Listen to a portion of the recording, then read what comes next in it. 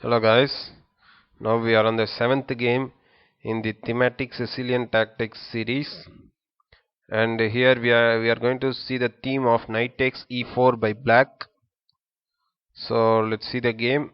The game was played between Recubini Dant and Denis in 2005.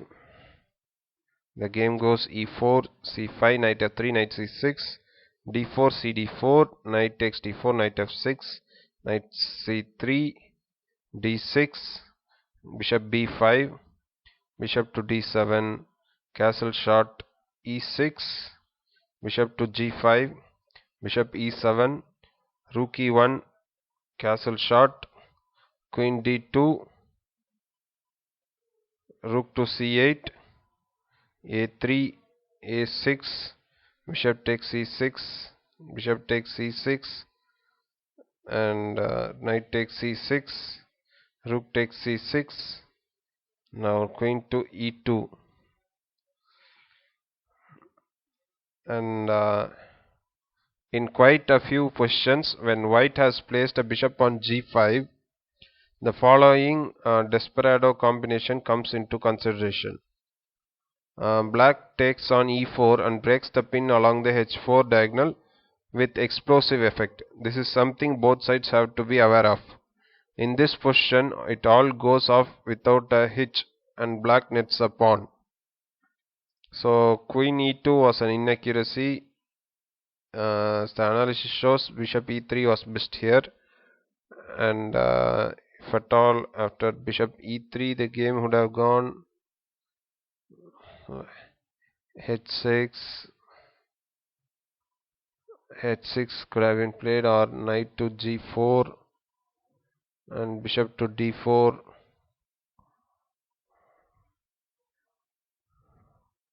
and now knight to e5 can be played,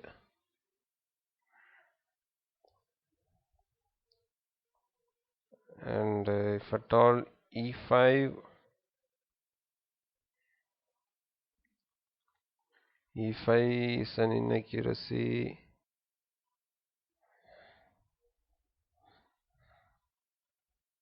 as the d6 pawn becomes weak here. Now queen takes e3. Here the knight gets the outpost of d5.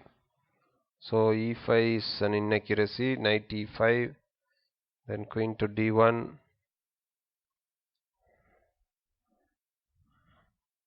and rook c8.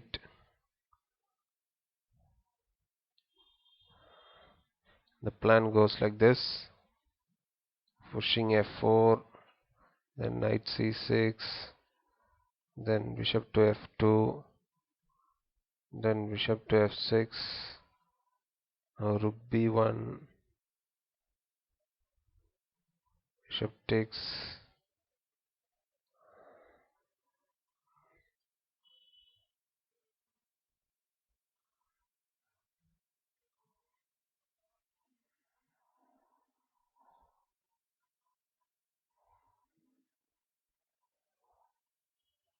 so in the game after queen e2 there comes knight takes e4, and this is the thematic move which I was talking about.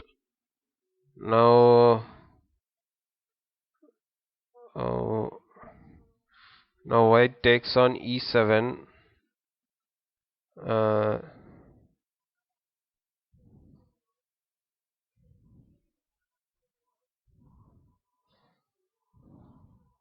but now knight takes on c3. Black doesn't take on e7. That's why this is called the desperado move. This before the knight dies, it kills another piece. Now if at all white would have played knight takes e4 here, then bishop takes g5, then knight takes g5, now queen takes g5. But black is up a very healthy pawn here.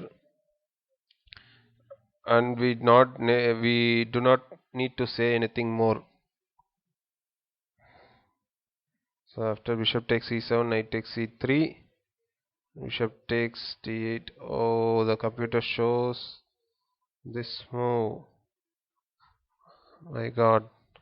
After f takes e6, after f takes e6, and now he can take the queen. Oh, white missed this move, and now if at all this move, okay, now here he is obliged to take the knight, and if at all rook takes e3, then now rook takes e6 is coming. It is better to play king to f7 because the double pawns here. Now rook e3 comes, now e5 and a4 and rook to c4 and a5 and rook to d7 and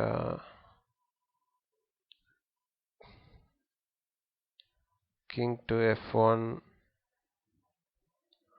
and king e6 and rook h3,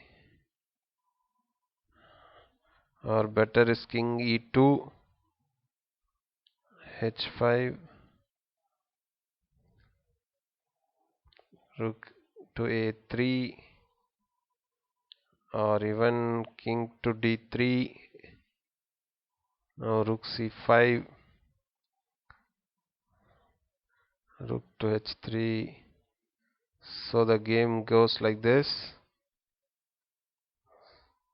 So it is not easy for black to attack the double pawns,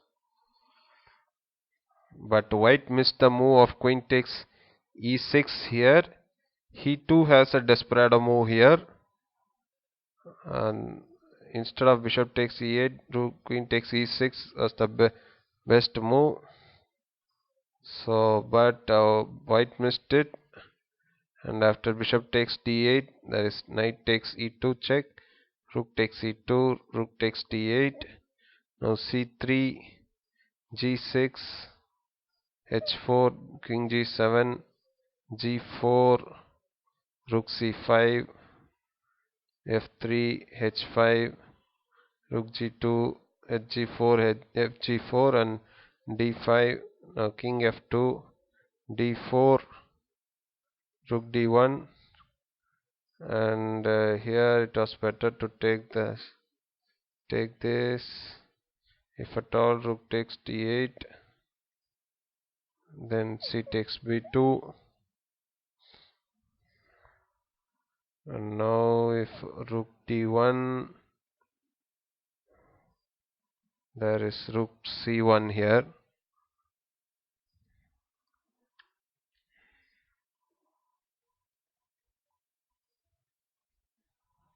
So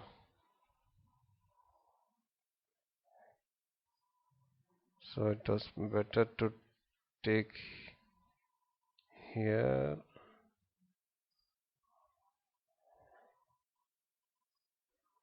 and now rook gg1 is coming. Now the queen,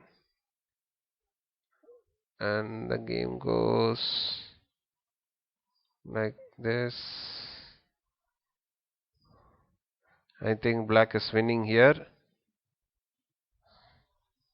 So rook d1 was not a good move. After this,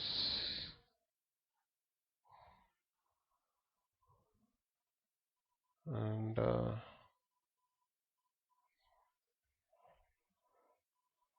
instead white could have played this, or do you have played this?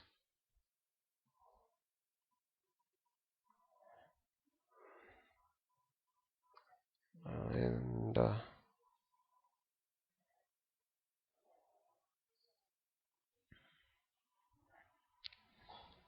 anyways, I think black was winning here.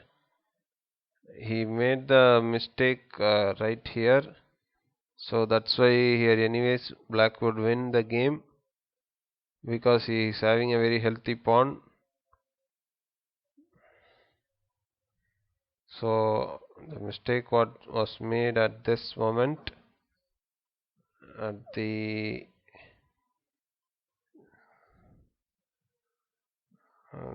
bishop takes at the 16th move. White should have played this. The game would have been equal. Okay guys, I hope you would have enjoyed the game. I'll be meeting you in the next thematic tactic, that is rook takes c3 thematic move. Thank you all.